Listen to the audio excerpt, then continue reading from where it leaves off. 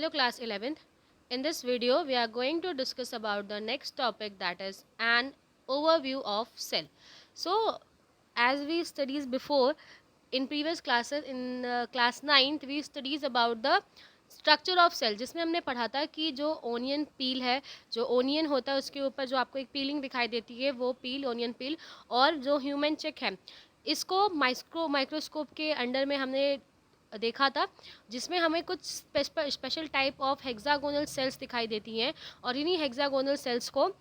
Cell का नाम दिया गया था। तो ये चीज़ें हमने पहले डिस्कस की हैं और यहाँ से एक सेल का स्ट्रक्चर, एक सेल का जो प्रॉपर स्ट्रक्चर कि वो किस तरीके से होगा वो कलेक्ट किया गया, जिसमें हमने देखा जो ओनियन पील है वो एक typical type of plant cell होता है, जिसमें एक सेल वॉल मौजूद है एंड ये जो सेल वॉल है, ये जो सेल वॉल है वो सेल मेम्ब्रेन से लगा हुआ है। तो दैट मीन्स जितने भी प्लांट सेल है या जो प्लांट बॉडी है उसमें एक सेल वॉल होती है और ये सेल वॉल एक डिस्टिंक्ट सेल वॉल मौजूद होती है और ये सेल वॉल सेल मेम्ब्रेन्स के चारों तरफ अटैच है, सेल मेम्ब्रेन की बाउंड्री से अटैच होता है। वहीं अगर हम ह्यूमन चेक की बात करें या फिर ह्यूमन सेल की अगर हम बात करते हैं, सो वहाँ पर कोई एक्स्ट्रा मेम्ब्रेन या एक्स्ट्रा मतलब सेल वॉल तो है बट जो सेल मेम्ब्रेन है, सेल मेम्ब्रेन वहाँ पे मौजूद होती है किसमें, एनिमल्स में। एनिमल्स की जो सेल है वहाँ पर सेल मेम्ब्रेन या आउटर मेम्ब्रेन तो आपको दिखेगी, बट उसके ऊपर किसी तरह का सेल वॉल वाला स्ट्रक्चर आपको नहीं दिखाई देगा, किसमें, एनिमल सेल में। तो ये सारी चीज़ें यहाँ पर डिस्कवर हुई कि हमने ओनियन पील और ह्यूमन चेक का एग्जाम्पल इसलिए लिया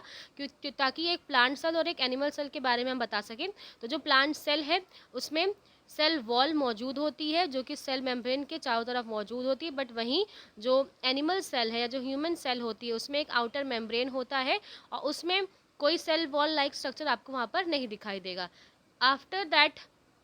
हमने ये भी देखा कि जो इनसाइड द सेल, सेल के अंदर एक डेंस मेम्ब्रेन स्ट्रक्चर कुछ मौजूद है। ये सेल है और सेल के अंदर एक डेंस स्ट्रक्चर मौजूद होता है। इस डेंस स्ट्रक्चर को हम क्या बोलते हैं, न्यूक्लियस। और ये न्यूक्लियस है, इस न्यूक्लियस के अंदर क्रोमोसोम्स होते हैं। यही क्रोमोसोम्स जेनेटिक मटेरियल का फॉर्मेशन करते हैं, लाइक डीएनए। जैसे कि हमने बोला ये सेल है, इस सेल के अंदर एक डेंस मटेरियल है जो कि हम इसे क्या बोल रहे हैं, न्यूक्लियस। ये न्यूक्लियस के अंदर क्या होता है, क्रोमोसोम्स होते हैं और यही क्रोमोसोम्स आगे जाकर डीएनए का फॉर्मेशन करते हैं, यानी डीऑक्सीराइबोस न्यूक्लिक एसिड का फॉर्मेशन होता है। एंड डीऑक्सीराइबोस न्यूक्लिक एसिड का फॉर्मेशन जब होता है तो रेप्लिकेशन, बहुत सारी प्रोसेसेस यहाँ पर, रेप्लिकेशन और ट्रांसक्रिप्शन, ट्रांसलेशन, ये प्रोसेस होती है जिसके थ्रू डीएनए की सेम कॉपियाँ या डीएनए से न्यू टाइप का डीएनए का फॉर्मेशन होता है। ऑल्सो यहाँ बताया गया कि सेल जो है, सेल में जो न्यूक्लियस मौजूद होता है वो भी न्यूक्लियस कैसा, जो कि वेल मेम्ब्रेन्ड, एक ऐसा न्यूक्लियस जिसके चारों तरफ, ये हमारी सेल और ये एक न्यूक्लियस, तो न्यूक्लियस जिसके चारों तरफ एक प्रॉपर मेम्ब्रेन स्ट्रक्चर मौजूद है उसे हम क्या बोलते हैं, यूकैरियोटिक सेल्स बोलते हैं। और वहीं कुछ ऐसा सेल मौजूद है जहाँ पर जो न्यूक्लियस है वहाँ पर, जैसे ये न्यूक्लियस, ये एक सेल है, यहाँ पर एक न्यूक्लियस है और इसके चारों तरफ कोई सेल का प्रॉपर एक स्ट्रक्चर मौजूद ना हो, यानी कि वो एक मेम्ब्रेन स्ट्रक्चर से बाउंड नहीं होता, तो उन्हें हम क्या बोलते हैं, प्रोकैरियोटिक सेल। और वहीं यूकैरियोटिक सेल जिसमें एक प्रॉपर वेल डेवलप्ड न्यूक्लियस है और वो एक मेम्ब्रेन स्ट्रक्चर से पूरा बाउंडेड होता है। तो जिसमें आपको बाउंडेड मिलेगा वो क्या होता है, यूकैरियोटिक, और जिसमें नहीं होता है उसे हम बोलते हैं prokaryotic. In you and pro, यानी कि प्रोकैरियोटिक और यूकैरियोटिक दोनों में ही पहला तो एक आपको डिफरेंस मिल गया कि जो प्रोकैरियोटिक है वहाँ पर सेल मेम्ब्रेन नहीं है, यूकैरियोटिक में एक proper membrane structure around the nucleus, because nuclei लिखा हुआ है तो अराउंड द न्यूक्लियस आपको एक स्ट्रक्चर दिखता है। वहीं प्रोकैरियोटिक एंड यूकैरियोटिक में एक सेमी फ्लूइड मैट्रिक्स होता है, यानी कि ये एक यूकैरियोटिक सेल और ये एक प्रोकैरियोटिक सेल, इन दोनों के अंदर एक सेमी फ्लूइड सा मैट्रिक्स भरा होता है जिसके अंदर जितने भी सेलुलर एक्टिविटीज़ हैं या जितने भी रिएक्शन हो रही है, फॉर्मेशन हो रही है, जितने भी सेल ऑर्गेनेल्स हैं जो अपने फंक्शन को परफॉर्म करते हैं वो इन्हीं मैट्रिक्स के थ्रू, वो मैट्रिक्स उनको एक प्लेटफॉर्म देता है, एक स्पेस देता है जिसमें वो अपनी सारी सेलुलर एक्टिविटीज़ को कंप्लीट करते हैं। In both the cases plant and animal दोनों में है। इसलिए various type of chemical reaction occurs होती है, बहुत सारी केमिकल रिएक्शन जो सेल के अंदर प्रोसीड होती हैं, चाहे वो प्रोकैरियोटिक हो चाहे यूकैरियोटिक, दोनों में ही बहुत सारी केमिकल रिएक्शंस हैं जो आप प्रोसीड होती हैं। इसीलिए सेल्स को हम क्या कहते हैं, सेल कैसी है, लिविंग स्टेज है, एक लिविंग स्टेज होती है, बिकॉज जितने भी सेल ऑर्गेनल्स हैं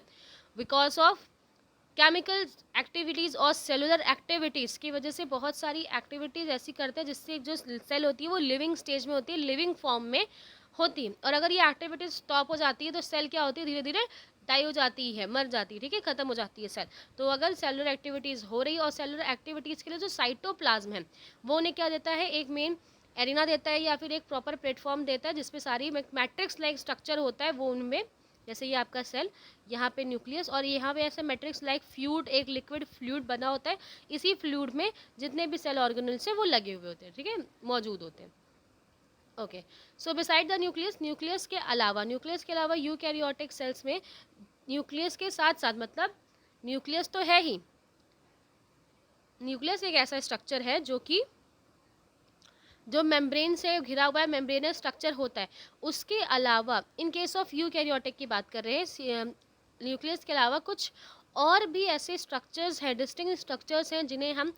सेल ऑर्गेनल्स बोलते हैं, उनमें भी मेम्ब्रेन लाइक स्ट्रक्चर आपको दिखाई देगा। जैसे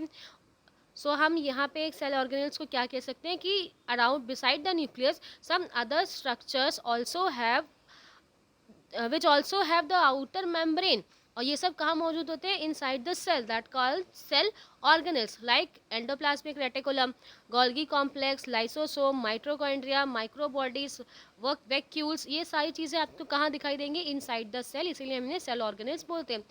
in the case of eukaryotic, ये जितने भी सेल के एग्जांपल मैंने सेल ऑर्गेनल्स के नाम दिए, endoplasmic reticulum, Golgi body, lysosome, mitochondria, microfibers and vacuoles, इन सब के अंदर अलग से भी एक एक्स्ट्रा लेयर होती है। जैसे कि अगर ये माइट्रोकॉन्ड्रिया है तो माइट्रोकॉन्ड्रिया की आउटर मेम्ब्रेन होती है, जस्ट एक इनर मेम्ब्रेन होती है। वैसे ही जो हमारे पास एंडोप्लाज्मिक रेटिकुलम होता है, तो उस एंडोप्लाज्मिक रेटिकुलम में भी आपको डिफरेंट लेयर आपको वहाँ पर दिखाई देंगी। सो यूकैरियोटिक के केस में जितने भी सेल ऑर्गेनल्स हैं उन सब के पास उन सब में एक आउटर मेम्ब्रेन होती है। वहीं अगर हम प्रोकैरियोटिक सेल्स की बात करें तो प्रोकैरियोटिक सेल्स में जो भी सेल ऑर्गेनल्स हैं उनमें इस तरह की मेम्ब्रेन का एक एक्स्ट्रा एडिशनल मेम्ब्रेन का अभाव होता है, या फिर वहाँ पे ऐसी कोई मेम्ब्रेन नहीं होती, ठीक है। ये क्या है, ये प्रोकैरियोटिक सेल, वहाँ पर न्यूक्लियस में भी क्या होता है, प्रॉपर मेम्ब्रेन नहीं है, तो जितने भी सेल ऑर्गेनल्स हैं उनमें भी मेम्ब्रेन बाउंडेड स्ट्रक्चर नहीं होते। बट राइबोसोम से एक ऐसा स्ट्रक्चर है, राइबोसोम क्या होता है, राइबोसोम एक ऐसी यूनिट है जहाँ पर प्रोटीन सिंथेसिस की प्रोसेस होती है।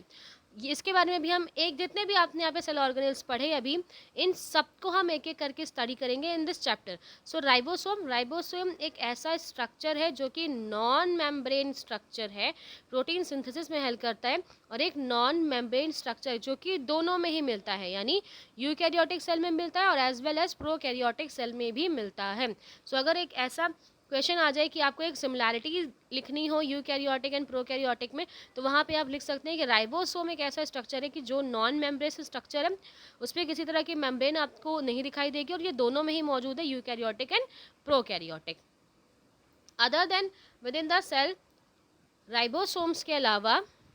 बेसिकली जो राइबोसोम्स हैं ये कहाँ मौजूद होते हैं, बेसिकली तो ये साइटोप्लाज्म में मिलते हैं ना, बट यहाँ पे बताया गया है कि जो राइबोसोम्स है वो केवल साइटोप्लाज्म में नहीं मिलेंगे। जैसे मैंने बताया था ये सेल है, ये न्यूक्लियस है, इसके अराउंड में ये साइटोप्लाज्म है, और इसी साइटोप्लाज्म में राइबोसोम्स होते हैं। सो साइटोप्लाज्म में तो बिल्कुल होंगे, यहाँ पे ओनली वर्ड यूज़ किया है, मतलब साइटोप्लाज्म में भी होते हैं, बट उसके अलावा कुछ अदर सेल ऑर्गेनल्स हैं जिनमें भी राइबोसोम पाए जाते हैं, जैसे कि chloroplast, mitochondria and rough endoplasmic. अभी आप पढ़ेंगे अबाउट द एंडोप्लाज्मिक रेटिकुलम, सो वहाँ पर कुछ सरफेस रफ और स्मूथ वाली सरफेसेस है, वहाँ पे आप देखेंगे,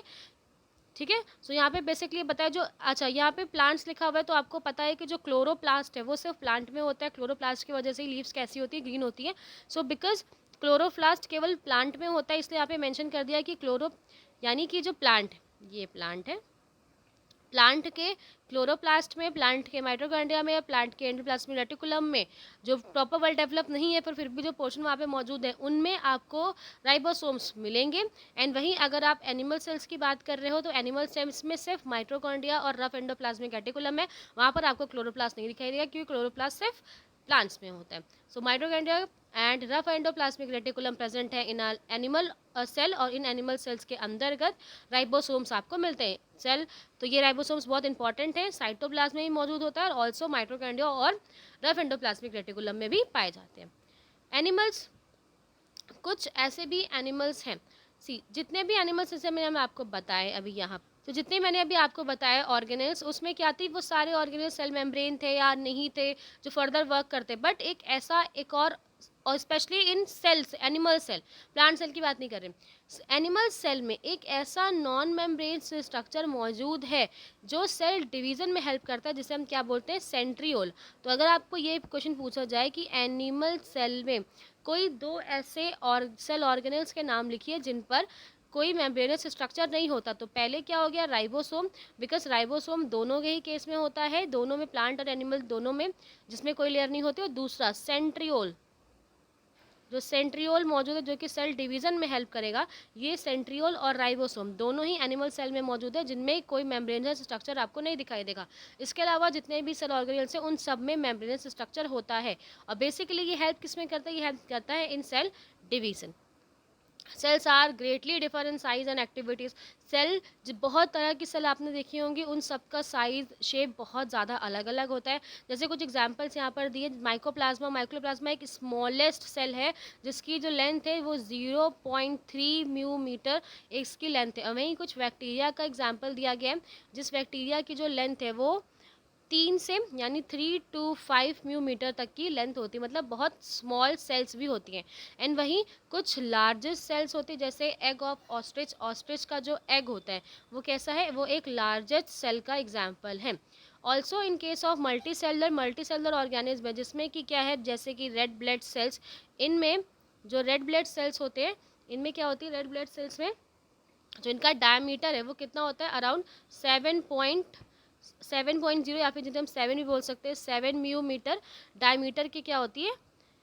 रेड ब्लड सेल्स मौजूद होती है। Nerve cells also the example of a longest cell, nerve cells भी एक लॉन्गेस्ट सेल्स का एग्जाम्पल है। सो यहाँ पे आपने देखा कि बहुत तरह डिफरेंट टाइप्स ऑफ सेल्स होती है, उन सबके साइज में, शेप में डिफरेंस होता है। ऑल्सो सेल्स शेप जो डिफरेंस है बहुत, जैसे यहाँ पे आपको बताया गया, डिस्क लाइक स्ट्रक्चर होते हैं, polygonal, cubical, cuboid cell, thread like structure, and also some irregular pattern में सेल्स मौजूद होते हैं। सो जितने भी सेल्स हैं या जितने भी टाइप्स ऑफ सेल हैं उनके साइज में डिफ्रेंसिएशन है और ऑल्सो उनके शेप में डिफ्रेंसिएशन होता है, और ये सारे बिकॉज अब उनके साइज और शेप में डिफ्रेंशिएशन होने की वजह से वो डिफरेंट फंक्शन को परफॉर्म करते हैं। तो यहाँ पर कुछ एग्जांपल्स दिखाए गए हैं जिसमें आप देख रहे हैं, दैट इज आरबीसी,